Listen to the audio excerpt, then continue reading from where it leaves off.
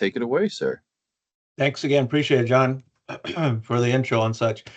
First off, good morning. Happy Friday as well.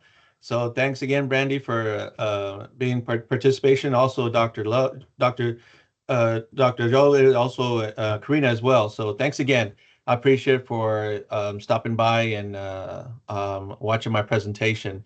So first off, I wanted to say is that my presentation is coming off of my dissertation the past couple of years. And so this dissertation of mine has been going on working for about 10 years. And during that 10 years, it is a very sensitive because it's a very political for the atmosphere for the administrations in the past, I think now 3 years when I worked in my dissertation. And so my dissertation was primarily what's stated on the title as far as a case study of undocumented DACA students in South Texas. And I was mostly focusing on the resilience theory of my research. But also, fortunate enough, I have co-authors and chairs that are part of the Texas A&M University system. And I'm going to share my screen. As far as what department they are from. And they are mainly from the Department of Texas A&M and Human Resources Development Program. Matter of fact, Vice Provost was my chair for my dissertation until she received a new position as a new Vice Provost. And also have other colleagues within the A&M Human Resources Development Programs. And they really saw my dissertation research valuable within the Human Resources Development Program. And so there's where I came across recently, I did a presentation for the Human Resources Development Program under the Academy of Human Resource Development. So I'm looking at publicating my study as well. But like I stated, I did a presentation with the Academy of Human Resource Development because that's part of the resources that Texas A&M Human Resource Development Program stated on here. And the reason why also, well, one of the main things here is that the mission of it was basically doing some research, and I'm just going to go for the two here. Recognized as a global human resource development center, promotes ethical research, and that's what basically the presentation's more about the ethical and moral standpoint of it. And of course, to encourage creation of systematic studies of theories from all different notions. From resiliency, I also taught, there was also some other theories on social and mobile type of theories as well, more on the leadership roles as servant leaders. That's what presentations I've seen before. So it's great to go to conferences and network with other scholars regarding about other parts of their research and what have they discovered from it. So part with this is that I definitely, for some that do and don't understand what DACA, DACA is a deferred action for childhood arrivals. It is, let me go back. I guess it cut off on this one.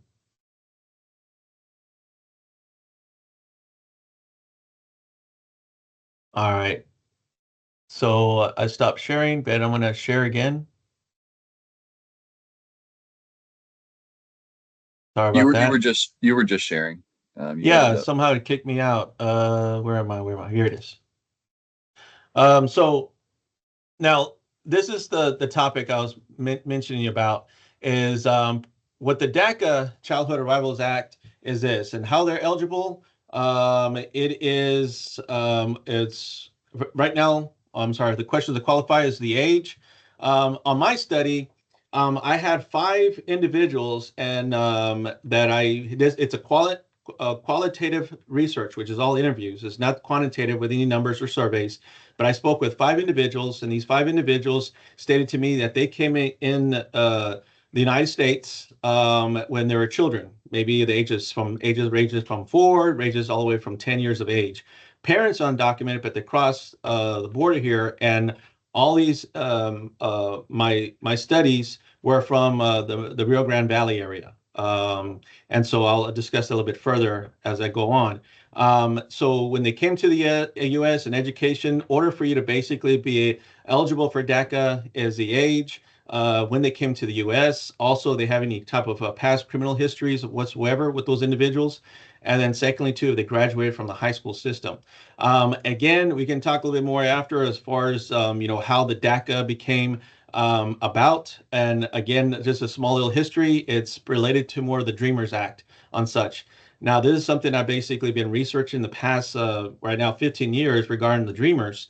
Actually, Texas is one of the first states that actually allowed undocumented students, and then also including, and again, I don't want to go too more in the political atmosphere, but it was also a Republican that basically stated that, it's great to allow undocumented students or undocumented graduate high school students to be going to college. And with that stated, they also offer them financial aid. Of course, if you're undocumented, you're not going to receive any type of Pell Grants or financial federal aid whatsoever, but the state can and allow it. At that time, it was only $500 per semester, or actually per year, for any undocumented Texas college student allowed. So again, this is how of course, if you know the political or the administration as far as how they made certain type of advances and corrections and amendments for Dreamers, eventually they came out with the DACA on this. So they basically, and also part of the DACA, they also had some funds for universities to apply for case management type of program, also assisting them with advising, of course, and also assisting them with documentation to become legal citizens as well too. Now, again, part of the requirements for DACA is that also you have to become a U.S. citizen or working towards U.S. citizenship to receive certain financial aid and also assistance from certain universities or colleges that offer DACA assistance with funds from federal funds and such. Okay, so let me just start with my PowerPoint presentation, and then let me just stop sharing here and work on my PowerPoint. Okay, so I'm going to read this to you on certain captions because if I can't zoom in to a PowerPoint, I apologize for that. But I'm going on behalf of Allen Community College on this presentation. I put down Texas A&M Corpus Christi because my chair, my doctoral chair, is from Texas A&M Corpus Christi. Also, my chair was a graduate from for the doctoral degree for the human resources in Texas A&M development. So there's where my connection networking was with this presentation, because she felt that my dissertation was very beneficial for the human resources development. So and such. So I modified my abstract and my dissertation more to relate to the human resources development from Texas A&M or also from that academy. Okay. So first and foremost, I want to talk more about the background of my study. The study highlights educational challenges faced by undocumented Mexican immigrants to the U.S., where only 26% are graduate high school students. And from the nation average, while immigrant students overall had 32 college graduation, Mexican-born immigrants fall behind at just 7% in contrast to South Asians compared to 71%. So the disparities underscore systematic barriers that limit academic success for Mexican immigrants. The reason I wind up focusing more on Mexican immigrants was the fact that because it's a qualitative study, I had to actually seek prior to find out, should I make it more towards Latinos or Central America or such, or the South American type of countries. And I just want to keep it kind of simple, and I just focus more on Mexican undocumented students on this end. And my students that I wind up picking out for research was from the University of Texas, Rio Grande, our UTRGV, and up in Edinburgh. Edinburgh UTRGV has grant money, and they also have a DACA support center. So it's more like an advising, more case managing to on such. From what I gathered from the director stated that they had a closely more than maybe 55 DACA students. Now, again, that was back in 2002, that were labeled or certified, and it has benefits for as a DACA student. And so he actually helped me seek my research students that will be available for the questions I asked them.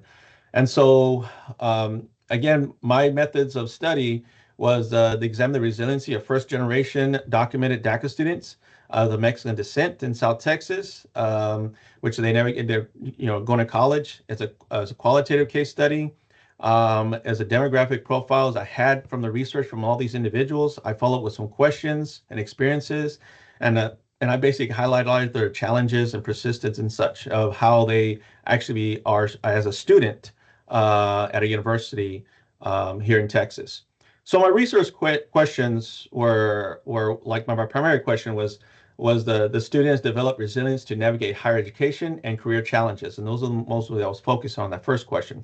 But the other two questions were I really want to recognize barriers that hinder the academic and professional development, and also how human resource development strategies can support undocumented DACA students in overcoming challenges preparing the workforce. Now, so the question here is this, is that a human resource development, part of this is my next goal here, and also talking to certain colleagues here at Texas A&M, we are trying to combine some combine also other abstracts, other research too from, but I'm now focusing more on a human capital form within my study and also my other colleagues, because human resource development as part of it, I feel that it's basically needed to know more of the theory of human capital. As far as it's very powerful that we have undocumented students that get an education, and after get education, what are they going to do after they receive education? Of course, they're going to become citizens and part of that program. But the secondly, too, is that they're going to give back to the community, and how they're going to give back also, or how they can produce or be successful in the workforce in a corporation or in a business and such. And so that's why it's ideal for me to network with other colleagues and researchers, so we can better benefit how we can provide maybe some policy or maybe some great amount of information regarding of what we come up with our researches. So one other thing too that well, now I'm going to be talking about of my findings, and the findings what I received, and again I'll go back on the discussion and such, but here the findings are going to be very important here. Within my findings, I wound up doing a transcript, and with my transcript, I wound up using a Doduce. Is that I submitted all my transcripts from my and these interviews were phone call interviews because at the time it was during COVID, and so I picked up a program that through our recordings, it also transcribed our conversations, and when I copy my transcript. Our conversations, I transcribed it to Doduce. With Doduce, they actually helped me out with certain patterns and certain keywords. And fortunately enough, I came up with the top themes within our discussions and also sub themes as well that kind of relate to my questions that was asked that I'm basically trying to gain information on. A lot of the barriers, hinders, and academic professional development, and of course, how to support it and any type of barriers. So that being stated, as the themes I came up about was the higher human resource development strategies as protected factors, intrinsic motivation and career aspirations, and barriers to academic and career development. Now, part of again, this is a personal dissertation, personal research and such. I will be reading it, throughout each one, and then after that, I can come up with some discussions. But it's lengthy, but also gives very great information and perspective of the individuals which I interviewed. For instance, I'm going to start with intrinsic motivation and career aspirations. I had four females. One was a nursing student, one's an engineer, one's a teacher, and I think actually, I'm sorry, two nursing engineer and also as a teacher. I had one individual that he wanted to become in business and assuming an MBA, one male. So I had four females and one male. And then, so one is stated here, family driven, that was a sub theme, family driven career motivation.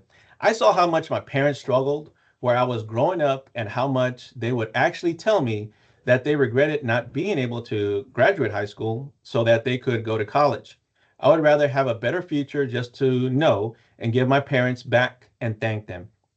And those are the self motivation of what the parents talked about on this one. The next one here is the community-oriented leadership. So I wanted to do something that helps children or people with disabilities. And I feel that occupational therapy is a great fit for me. And I do not want to stay in my community because I feel the area is unprivileged. So yeah, I want to give back to the community. Okay, so that's the career aspirations of that individual becoming occupational therapy. And again, sorry I mentioned about nursing, I meant healthcare services on this one. On the next one is part of the barriers of academic career development. And one individual, and also coming up with the view I had with the emotional and psychological strain in career growth, which is very important here because stated here, yes, I think that most recently in the past year, because of the election, I feel that was a lot of chaos, especially like in school. There would be a lot of controversy about immigration. So I felt like I was very uncomfortable to be able to hear those things. And you feel like they are attacking to you. And those are the barriers that individuals saw while attending college and such, due to the certain people have different bias and differences of immigration. And not only that, I believe every individual had some kind of emotional strain as far as seeing what's on the news, seeing what's happening with family and friends around the area. And this is in the Rio Grande area and in Edinburgh, all the way down from El Zapata all the way down to Brownsville, where some of these individuals came from. The next barrier here is financial barriers to professional advancement. I have been challenged both financially and academic. I've been wanting to buy a laptop for so long, but I can't work myself. I couldn't work myself because of my lack of having a social security number. So it both affects my life financially. I would go a lot to the public library to use the Wi-Fi there because my parents couldn't afford me to have a Wi-Fi at home so I could do my homework. And this is a student that was going to college. Now, this student actually became in DACA, and then DACA actually had part of the grant is providing them with laptop and also with hotspots. So that also helped with that DACA program, really helped with the financial barriers and also academic barriers for tools for this individual, which is, and again, all the individuals here that I stated here mentioned about the financial barriers, especially during work as well, due to that don't have the social security number. But a lot of work was also underneath the table, like from babysitting mostly, also from even some tutoring too as well, and not reporting on that too, but just making the extra money. Also, they talked about parents working 3 jobs, their older children also working as well to provide for the rest of the children as well for their school or providing tools for the school too, on such. So interesting discussions on that end. And then also the limited career mobility and workforce access. And this is what a lot of the colleagues were mostly interested because they want to know what the mobility in the careers and what they have to workforce, which is it's pretty interesting on what an individual says here. Yes, it's okay. So first off, I would like to mention internships. I get a lot of emails from the universities about internship opportunities because I want to gain a lot more experience. A lot of those internships are either past checkpoints or out of state. That hurts me because I'm not able to attend any of them because of my citizen status, because I'm not to travel like that. So if for individuals that know the checkpoints is that understand that, down the valley when you're going up north, and I'm just throwing it out there, it could be Falfurrias or we have you heading out towards Corpus, but there's a checkpoint within the 50-mile radius from the border all the way and such. And during the checkpoint is just another status and find out if your citizenship to cross the checkpoint. Well, this individual, particularly from she was wanting to become an engineer, is that she actually received some acceptance orientations at A&M, orientations at UT, orientations also at UT Dallas as well. And but she couldn't go because she didn't want to take any chances with traveling outside the checkpoint because she may be deported or basically be withheld and such like that too. And so, and again, that really limited her even going to college, but also advancing herself with a career because of you and I know that some colleges actually offer some fellowships, not just fellowship, but internships, but also maybe some part-time positions in some type of corporations or businesses. And they definitely like to look for, brand new students that graduated and to assist them with their work performance and careers. So, and again, I had three others as well. I know they're nursing students, well, the occupational therapist. She was actually one is that they don't offer like a master's level or physical therapy up in UTRGV. A lot of it's more towards the north well, the schools in Texas like UTRGV. I'm sorry, UT San Antonio that offer like occupational physical therapists. And again, you're working on your master's, and she was just working on getting her bachelor's. But even just for her to apply for those schools, it's going to be hard for her enough to get her master's to become a licensed occupational physical therapist. So the last sub themes here is the human resource development strategies as protective factors. So first off, the institutional from HRD resources. Uh, this individual stated, my university had a dream resource center.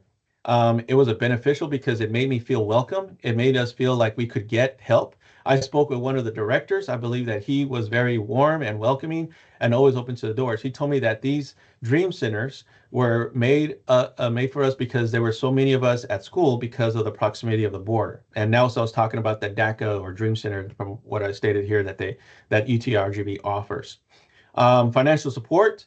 The next thing, thanks to God, I received a Dream U.S. scholarship, and they covered 4 years of my college. So that's one thing I'm really grateful for the Dream Center, especially for DACA students. I like to apply for a Dream Year scholarship, especially for DACA students. So she definitely recommends for everybody on that end. Peer networks for career support. No, like the people that I met, they all like come from different countries. Their families are so different from mine. Their stories they've been told me. They have different challenges that they shared with me. And she's talking about some other individuals that are also part of the Dreamers or DACA students too. And then lastly, family support as a career asset. I would attribute my success in college to my family because I came to the United States when I was about 4, and we came with like nothing. It was really challenging for us, but my parents always told us get an education. Was the best thing you can do because that would allow us to get a good job, move away from poverty. So yeah, that was kept from going through college. My family, I want to make them proud. Also, one thing too that I want to add on to the family support is that also I had a student that was expecting to be a mother, and she was in a nursing program, and a lot of support not only came from her mom, but also her husband too, because she just recently got married. And one of the key things that she mentioned about was with her family is that she received a lot of support from her parents, but grateful enough, she also received a lot of support from her in-laws regarding um, uh, about how to basically because she was at a point that she didn't want to go to school anymore because she just got married, she's is expecting and so forth. But just the just the love within her own family and the in-laws to help her succeed and get into her graduate because all she needed is just one more year to finish off her school for the nursing program. And so that was very stressful, and she was very emotional in the psychological strains on growth. But the family support was very grateful that she had between her in-laws and also her family as well. So the sub themes were very beneficial. It came in. I got again majority of my researchees, had more information on such, and this is just just the highlights of what I stated on this conversation. But it really hit down to the reality of the struggles and the barriers that undocumented students have, and also there is a line in the tunnel as far as what's offered here within the schools and what's offered for the federal government and such. So again, I know it's a sensitive topic and such, and if you want to read the discussions that stayed on here, one of the things too that what I've seen here is that I'm not going to conclude on this, but I will conclude on the discussion is that DACA students persist in Ghana's motivation, drive, and such, driven by family sacrifices and community responsibility. Okay, and having human resource development really to highlight the mentorship and leadership that is needed for these type of students. The legal status and the financial struggles, and of course, missed opportunities for any academic advancement as well, and also careers. Um, I don't know why it says stop sharing. I think maybe you should just try to reshare it. It did cut out. I don't know why. Okay, let me just try this again right here.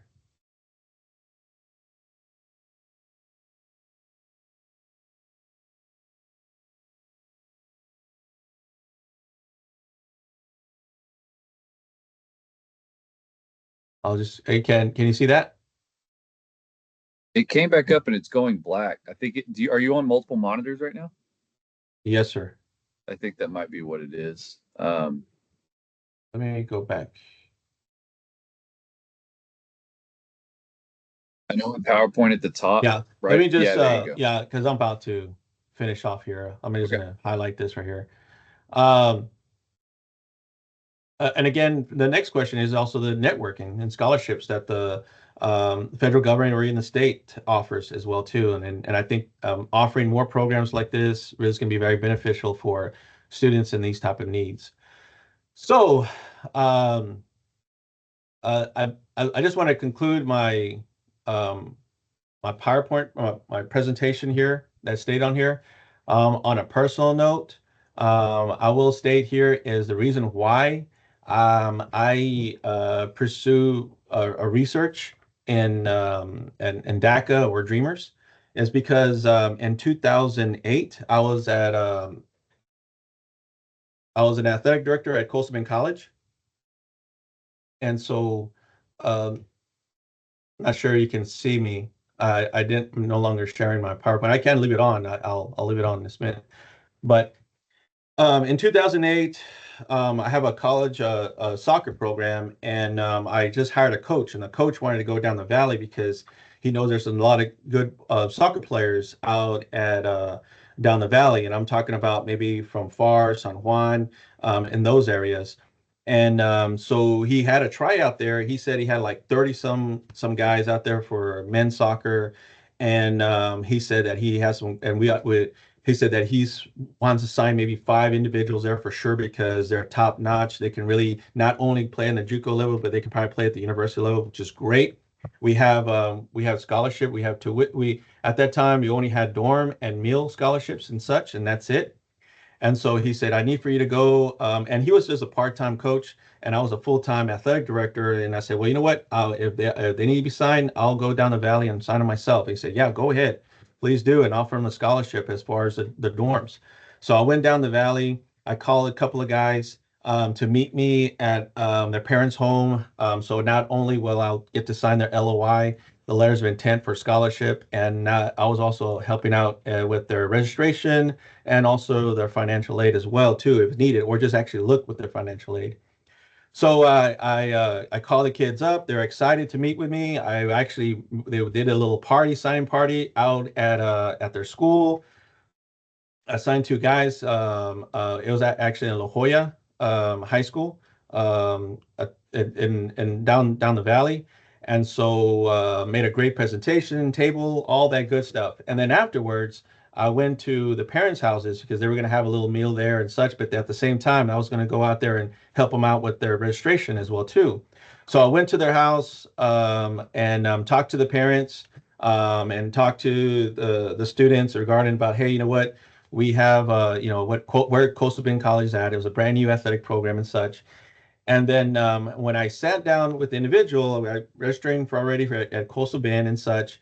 And then I was helping them out with their FAFSA. And I told them, okay, this is the paperwork for FAFSA. You need to sign here, sign there. But I definitely need to find out where you're at. I definitely need a copy of your Social Security. And when I said that, the parents kind of looked at each other and they kind of looked at me, and the student kind of looked at me as well. And I said, well, do you have it with you? And when I said that, he said, I don't have my Social Security. And I'm like, you don't have it? I said, no, I've been here since 3 years of age. And then again, I talked to the parents in Spanish and told them the situation and told them, what happened here and such. And so, and I knew a little bit about Dreamers at the time, but there's where I became more a researcher after we had that discussion. So in the state of Texas at the time, as long as they graduated high school, they are eligible to go to college and not get deported or anything else like that, as long as they're attending college, not causing trouble or anything else like that. But when I told them that, it's going to be in Beeville, obviously they've gone through at Coastal College, but they're going to go through checkpoints and stuff like that. They understand, they're aware of it. And so they're kind of a little skeptical, even as first even going to Coastal Bend, but when I told them they're all good, but then I thought they're going to be defensive with it, but if they weren't, that when I gathered information on the Social Security, I mentioned to them that, what, at this time, it would be safe to say that, your son is not going to get deported from playing games and so forth as long as he's a student in the state of Texas or even in the nation and such. And as long as he doesn't get in trouble or anything else like that, he's all right with it. And so the parents allowed it. But the fact is that, financial aid was going to help him pay for, if he get Pell Grant, which he falls in every category for being eligible for Pell. But the fact is that he won't be receiving it. So at the same time, when I talked to that one individual, I told him that, hey, that the Texas does offer only $500, but we can help. The athletic department can basically pay for his dorms and maybe partial his meals. So that was allowed. But again, it caused a financial strain for the parents because they're going to have to pay the other differences from him attending tuition, paying for the tuition and such. So, but fortunately enough, I can't say unfortunate enough because I next year I had another one. Next year after that, I had another soccer player. There was also DACA. But the upside of this is the fact that that first individual that had a DACA, his main goal was to become a welder. We had a welding program. Wanted to become a welder for who wound up playing for us for 2 years in soccer. Great student, great player as well too. He had some offers to play university, but his main focus was just to get that certification for 2 years as a welder. The last time I spoke with him, I think it was 3 years before I did my finished off my dissertation. He's actually has a welder. He has his own rig. And when I'm talking about rig, he has his own welding truck as well too. He's working refineries from Houston all the way down the valley to Corpus. And he's providing, he just got married. He's providing, he's very successful within his own business. He works a lot. He has his own home now. He became a citizen as well too because he married his wife as a United States citizen as well. And so great success, great wants, great opportunities that we offered him as a student athlete. And if he wasn't a student athlete, who knows? I probably wouldn't give him the opportunity that he needed because the community college helped him to get that university and get that welding certification. So that's a big plus. And I saw, what good can come out from undocumented students. Of course, there's plenty of other stories. I mean, me personally too. I'm also a migrant. My dad comes in from he crossed the states like 4 or 5 times. He's from Zacatecas. My mom's so first generation is Mexican American here, and I consider myself like a one and a half and such. But the thing is, I know the struggles, I know the barriers, but bottom line at the end, it's all the successes, from the challenges of this. And so that's why it hits me deep writing this research. But the fact is that I'm seeing some great benefits, some great growth, and some beautiful successes that's provided for an opportunity with education and also any other assistance and support. So as far as the pluses on my dissertation, I felt like me helping individuals support them by advising and guidance. Now that's in 2008 really help out with that. And I continue talking to those individuals from and past and want to continue that type of relationship with them too. And of course we always want to pay it forward as well too. So that concludes my presentation. Like I said, I'm sorry it's a little bit rambling and such, but I definitely want you to focus more on my presentation regarding about that. And if there's any questions, I am here to answer. I think, John, I think we have like maybe another 30 minutes or another 15 minutes. Yeah, we ended at 10:40, so we've actually got quite a bit of time. And Okay, Karina that's good. has actually already put a question up in chat. She's Sure. asking, how can instructors provide assistance for students who might be undocumented in our classes? First off, finance assistance here at Alvin Community College. Talk to the financial aid. That's the key thing. Talking with financial aid, Miss Leon has a lot of great information regarding about what's allowed for DACA students or Dreamer students who are undocumented. And so I think if the first key person will be talking to financial aid, and then secondly also talk to advisors and tell them the situation as well too. So we have a better listing of that individual need extra assistance. Include myself can be a resource. Unfortunately, Alvin doesn't have any grants or monies from federal regarding for Dreamers. But we still treat our undocumented students what's acceptable for the federal government and also in the state too. And so that's one. I will tell you this is that there's all kinds of bills written up right now because the legislation is coming up pretty soon. Well, actually this year, and there is actually a draft right now that states that if anybody knows of an undocumented student, it needs to be reported to the campus police. That's all the bill says. Doesn't mean to report to campus police so they can identify who it is, or to either he or she, it's not about being detained. It didn't say any questions like that. It just states the fact that it needs to be reported. Why? Not sure why. But at this time, we don't report anybody. We know that somebody's undocumented. We treat the student the same. And the only thing we can assist them is, find out if any federal Pels are available. And it goes with financial aid with federal assistance. And of course, whatever we offer for advising is the same thing we do for all our students, not just for and any different than the undocumented students. So yes.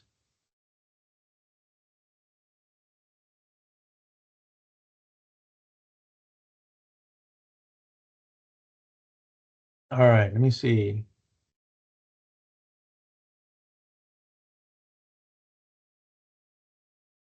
All right, any other questions? Oh, I want to see. Karina, yeah, yeah, they're all talking about repealing it, and that's one of the bills of it too, as stated on there.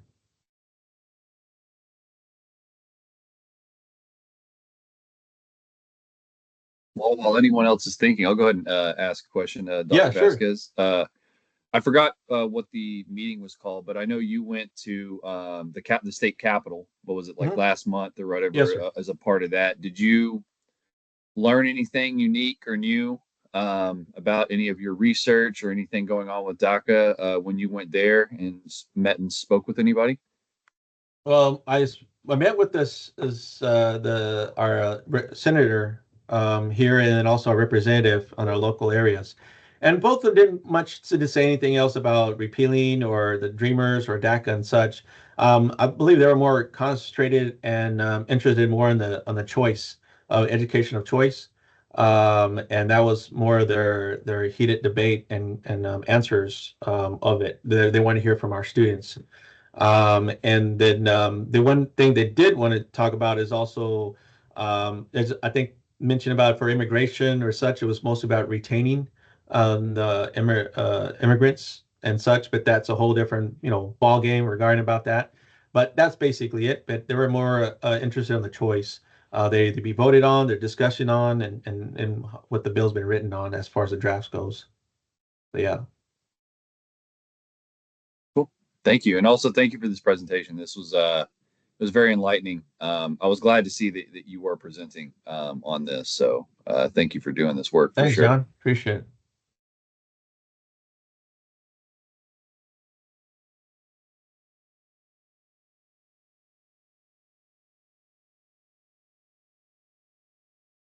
Dr. Vasquez, I had a question that I put in the Yes, chat. I guess Dr. it didn't Joe. come through. Uh-huh. I wanted to know from your dissertation research, what was your biggest takeaway? And then also in your dissertation research, did you also find how many DACA participants actually end up returning to their countries? Yes. On the biggest takeaway was, yes, I think the highlight of the takeaways was, a lot of it is the emotional support, the financial, the family support, and as well. That hit big, right? Regarding about they have to have a mental like it was stated, Ghana's mental passion, motivation, internal flame of them to really come succeeding their academic goals. But I believe the biggest takeaway is, and literally the takeaway is the campus support, the federal support. If I believe money is very important, financial support, federal support from the government, certain type of grants, certain type of also they're talked about one of the Dreamers Center stated about that there's different corporations that actually give money to the Dreamers as well. So they can have some additional academic tools from laptops, hotspots, even books. And so any type of donations that was given to the Dreamers was grateful of it because they knew at the end, because every 4 years there's a new administration and such, or even out in the federal level or in the state level, certain budgets get cut and certain grants get cut, and so they are actually just trying to put more money in the pot for their organization so they can continue servicing for those DACA students. So I think it's heavily important that the federal government really looks into providing certain funds for these individuals because at the end, majority will get success um, for some. And again, Dr. Joe, regarding about what's after from the 55. After I submitted my dissertation and I talked to the director as well, out of the 55 that he stated, because they actually have to have the numbers of how many graduate per year, he said that, actually, it's with the help of the Dreamers, with the help of the Dream Center, they actually had maybe almost less than maybe 2 to 3% failure rate of it, and a lot of it dealing with financial or maybe family issues and such. But majority of them were very successful, graduating, getting their degree. Now, as at that time, again, it was a different administration. None of them, every year, he didn't say that any of them got deported.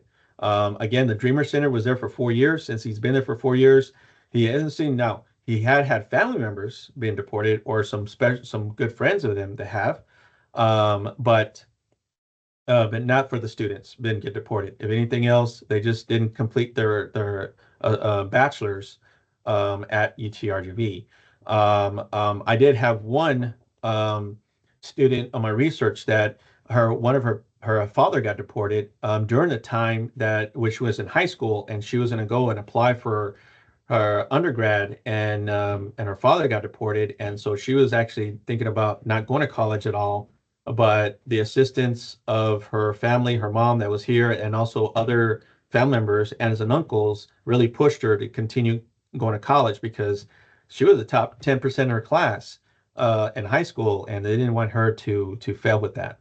So, but that's what I gather now. Again, I plan to talk to that director pretty soon and find out. I haven't had time to speak with them at the Dreamer Center in UTRGV, but that's something I'd definitely like to have a discussion with them again and find out, how is this now looking into with the new administration atmosphere and such.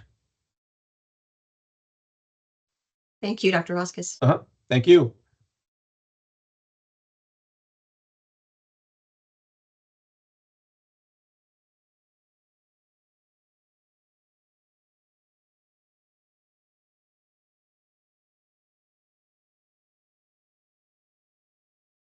All right. Any other questions? No.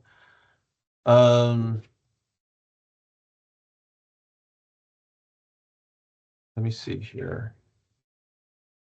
Yeah, I mean, if you have more you want to talk about, we do have 15 more minutes, so Okay. The floor is certainly open. Sure. There is another discussion here. And again, I'm gonna go a little bit more of what Dr. Joe was talking about regarding about certain type of takeaways or also certain biggest highlights. I believe the biggest highlight here is this. Well, one of the highlights again were when I first did my dissertation, I was looking for more. I was actually looking at more at San Antonio for my research for my researchees and finding for the interviews that is needed. I came across one private school and then also a public school university, a private university and a public school university. I'm not going to name names. And so I stated with their advisors and also the financial aid and who's actually the coordinator of the DACA or the Dreamers. And I submitted my research proposal and also in order for me to attain my researches is that I submitted an announcement to that university to and again in return I was going to give them a gift card for their assistance with answering the questions that I needed. And my questions weren't as much. I believe there were only like 25 questions and that's it. Talking about certain barriers and such. Like I started from our RQ1, RQ2 on the presentation. And so uh, one of the things that I came across was that from again, if you know the valley, there's a great amount of abundance of undocumented individuals, including students. But when in San Antonio, it appeared that I didn't get any responses. And from what my director or the advisor assisted me, said, look, I got maybe 65 individuals that are categorized as DACA. I'll send emails to them, and I didn't get a single reply back that were interested. I did get reply, and I didn't get a reply back say that they were going to be available and to meet with me. I got 3 replies back and stated that they didn't want to have anything and answer any kind of questions that affect them from being deported or being targeted or being highlighted and such. And I told them this is all unanimity, and there's nothing that's going to be no names can be stated, no information can be stated. Just speak with me on the phone. Matter of fact, they'll call me. I don't call them. I just give them my phone number, and if they answer, the only communication I had was the email, and the email from the university. It texted in, of course, Christy at the time. And that's it. So not even my personal on that area. So one and because now that I'm no longer a student, it's there's I don't no longer carry that email, and that's what I mentioned to about. And then the IRB also helped protects that as well too, because I specified on my researchees. So and then the private university, I stated to them to send me an announcement, and then all of a sudden, that the advisor said, yeah, they have like maybe 25 that can identify who they are at DACA. And she was all helpful, ready to go at it. And then I got a call from their dean and stated that they're not going to allow this specific type of research. And I already had everything through their IRB with that university, but they decided not to just because it was controversial or political and such too. So and they felt again they felt the best to service the students without that type of research. So I got a lot of defensive barriers on that research, and that's why I focused more towards the valley because they were more they were willing to participate down the valley. And of course, there was a greater amount of DACA students too that were part of the Dreamer Center. And plus, that university has a Dreamer Center compared to that other public university in San Antonio, which they didn't. But I can see the difference between a university that has a center and one that does not, and how that benefits that university, or how it benefits those DACA students or Dreamers with an actual center for their guidance with their academics. So, it's interesting, a lot of how I came in with my research of it. So it was pretty challenging. I was supposed to be done, my research paper was supposed to be done within 2 years easily, but as I picked a topic that was very sensitive in the atmosphere. So what happened here is that I had to wait to the new administration and again, it was the Biden administration that I wound up receiving.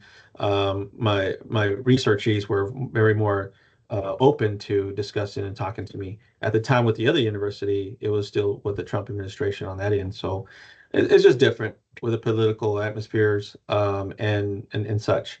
Just the reason for my topic. But other than that, that's what I have that's all I can add on to this under my study. I I'm sorry. I'm Yes. Rosalinda Zara. I teach English. I'm an Yes. English How you doing, faculty ma'am? there. Good. How are you? I just Good. want to address because I've been teaching. This is my 15th year teaching at the college level, and I can tell you, I don't know any of my students ever admitting to me that they were undocumented. Like I could, never knew. I don't. It's not something that they really bring up or they've ever brought up, and it's rather interesting because obviously they do a lot of personal writing for me.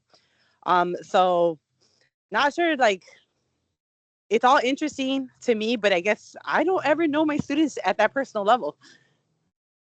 Yes, and thanks for sharing that, Ms. Rosalinda.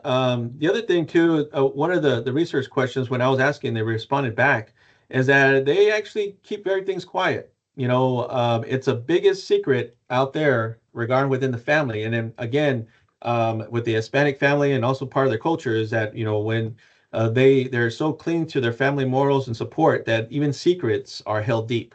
And Yes, and it's and funny you should mention that because I'm first generation. Both my parents were immigrants. They came to Chicago. I was born and raised in Chicago, um, and I didn't know my parents were immigrants until I was 20. yes. Yeah, and exactly. That was one that was stated here too. The parents, one student, college student, said that she didn't know she was a DACA student until her sophomore year in high school because she was going to go to a field trip in Austin, and they told her no. And when they told her no, they told her why, and that's when she realized that she was undocumented, and as well too. So yes, and again, that's just one of the things that they that is a tight knit type of family, and it puts heavy tolls on them because they're always worried. And certain students don't want to, and I had one that felt like really insecure, even having them or even expressing their undocumented because then they get made in high school. One stated that they made fun of. They also there are certain individuals or even certain administration or teachers that kind of look differently upon her too because she's undocumented as well. And so she always has that back in the head, like, find out, who's talking about me. Are they going to report me? Are they going to report my family and such, and those type of things? But of course, down the valley, individuals there are really comfortable with themselves because that, well, put it this way, the percentage is higher compared to like if you're in San Antonio or Austin or here in Houston. But the Valley, maybe 1 out of 5 students in the classroom is undocumented. I mean, the percentages are really, really high on that end compared to Houston, maybe 1 out of 20 or 1 out of 15 or something. But in a classroom there setting, most likely they are. So they're comfortable having that type of discussions, comparable having those discussions in San Antonio or in Houston and such. I can see that happening too. So yes, but Ms. Rosalinda, thanks for sharing that. I appreciate it as well. No problem.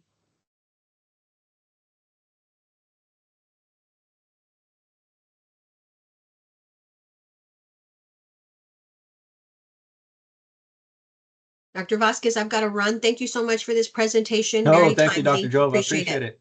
Thanks Okay. for partaking with it as well too. Appreciate it for the questions. Uh-huh. Bye-bye.